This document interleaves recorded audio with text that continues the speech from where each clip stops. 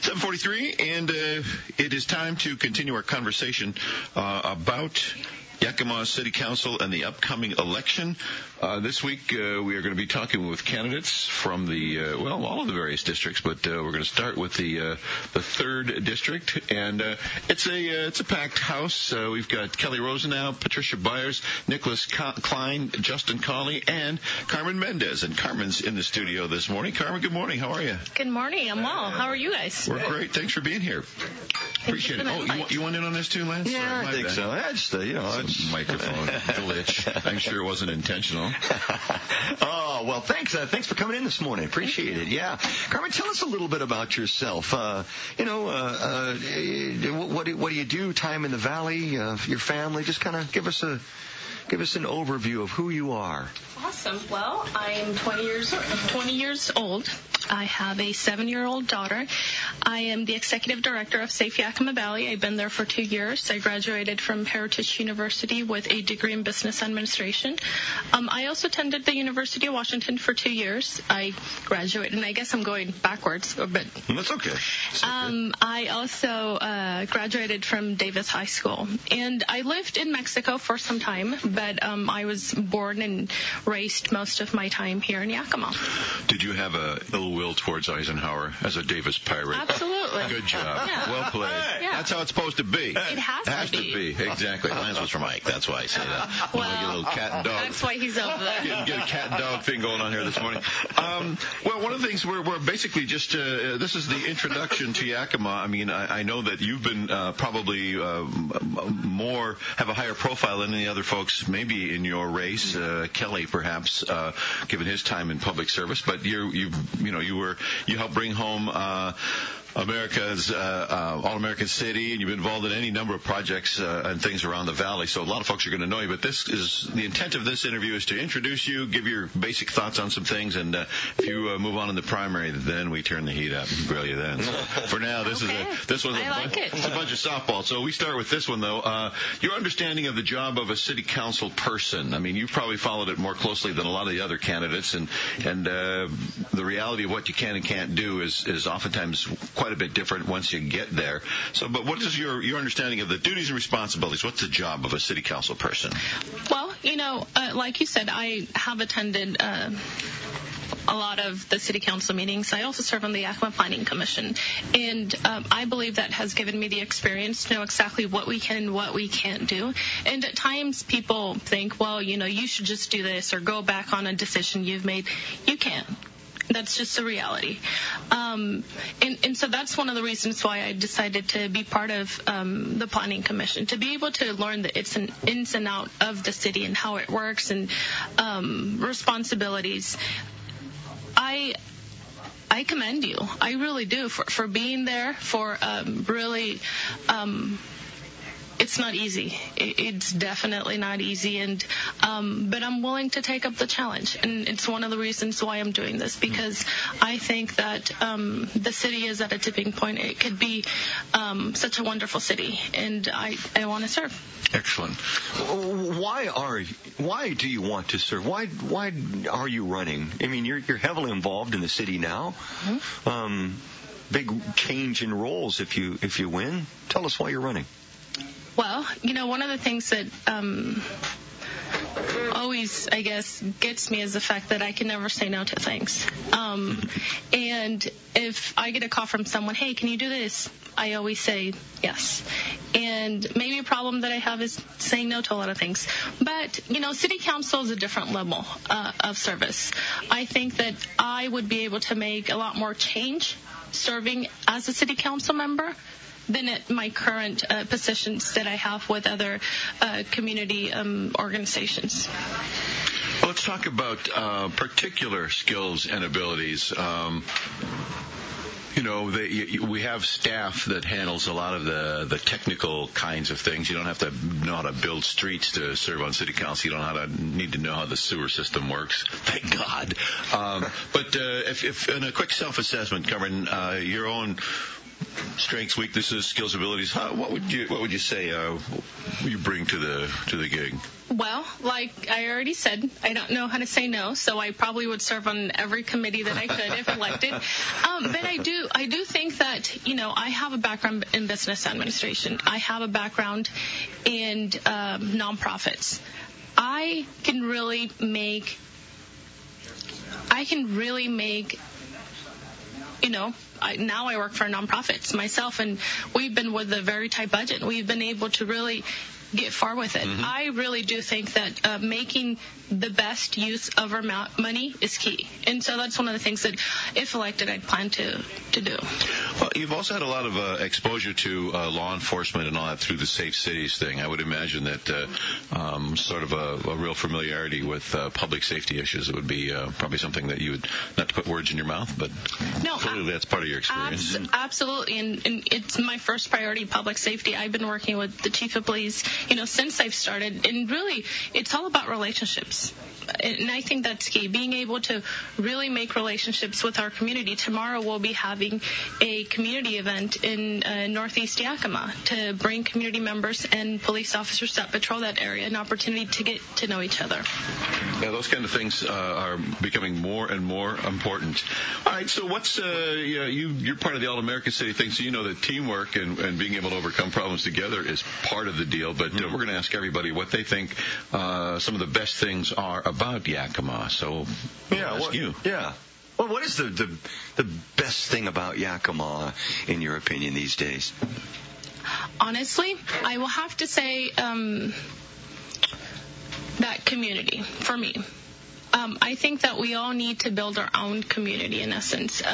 I really appreciate when I'm downtown and I know people and I can say hello, and I'm walking down the street and they're like, "Hi, Carmen, how are you?" That just puts a smile to my face. Growing up in a very, very small community in Mexico, that's how it was. I knew everyone's name. And I've been able to build a community within people in Yakima that if I see them at the store, I say hello. Something that before I hadn't done. But that's something that started or initiated with me. I need to be the one who is willing to say hello, is willing to interact with other people. I can't just expect them to. If I want to see the change, I have to be the change agent. Well, I'll guarantee you this: you get on council, people will say more than just hello. That's for sure. Biggest challenges facing Yakima, do you think? Well, I think there's a lot. First and foremost, I think confidence in a new city council is going to be, it will be challenging. I think that, there is that perception that, what if all 7 districts get new council members? How are they going to know how to make the decisions and continue on with the decisions that have been made? And I think, being in the Planning Commission, what I've really been able to appreciate is the fact that you have study sessions for everything. You really have the ability to learn about a particular project and learn as much as you can. It really is up to every council member to learn as much and be as knowledgeable as possible. And I think that will be a challenge. But, I think confidence from the people as well. I think there's a lot of challenges. And one of the questions I'm sure you'll be asking is, as I was driving over here, I heard 502. That's going to be a challenge as well. Yeah. Well, let's get to those. Yeah, good. Yeah. There are some things that are in motion or that the council has taken action on, and we don't need a lot of detail, but just kind of a general sense. And let's start with that. The city spoke with I-502. The state's voice carried, but the city, if you take our vote for face value, the majority of people in Yakima didn't want marijuana. Our land use authority allowed us to keep it out, but even at the last council meeting you were at, there was a half dozen or so folks came forward and asked the council to revisit that for a variety of reasons. Are you one of those that would be inclined to revisit a ban or keep it in place? I would keep it in place. I attended several of the public meetings. I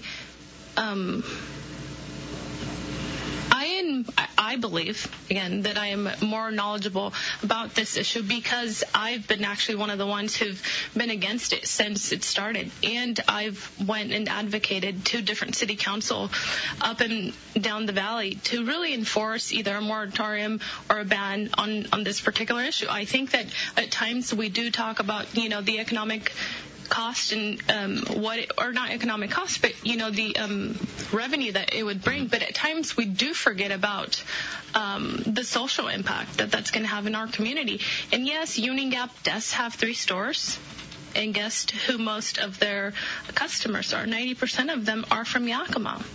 And then again, Yakima gets not to have any revenue. So all of the social costs that are attributed to an issue like this, most of the customers are from Yakima.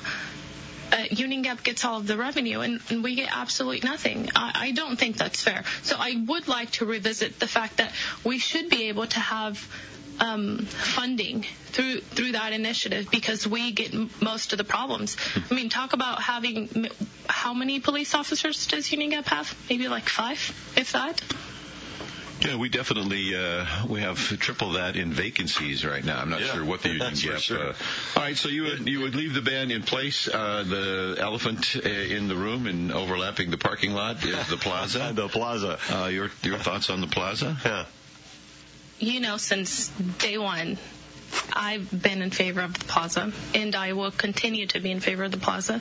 And I do believe, and I am aware there are businesses that, are reluctant about the plaza, but I think we can really come to a middle point, and we should come to a middle point. There has already been a lot of money invested in this, and I think that we should continue forward versus just stop it. And I think it's foolish to say on the first day, if elected, I will overturn this. Absolutely foolish.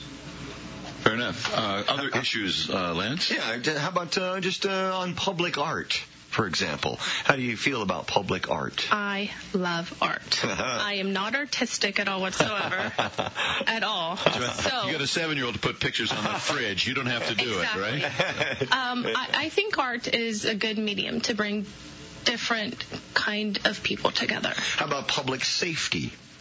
That's Come on, exactly. Safe cities, what? We need to be able to have a better relationship with our police officers.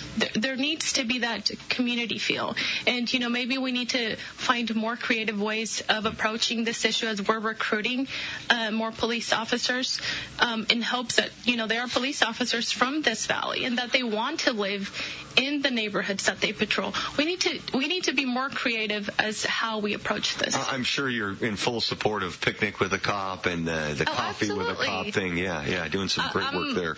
I'm organizing those, so yes. Oh, really? Yeah. Good for you. Yeah. All right, excellent. And I guess the city's role in economic development. Well, I am in favor of what the city has been doing with economic development. I appreciate the concerts and different things and all that, but I do think that we need to also think of other outlets, other things that we should be looking at. We need to think about, there's a lot of our youth are going to graduate, are going to go and get an education and come back. We need to make sure that we have opportunities for them. And, there are some kids that, they don't come back because there aren't those opportunities. And so looking at different ways to bring different businesses here in the community is key. 7:57. We're talking with 3rd District City Council candidate Carmen Méndez. Carmen, I guess the last question, would you have run for office had the Judge's Rice decision not turned this thing upside down? And what's your understanding of what happens potentially next with the Texas appeal and all of that? I mean, are you up to speed on what's in the wings? Well, I've been trying to listen to you as much as I can to be a big mistake. Would you have run, do you think? As busy as you are? I would have. Okay.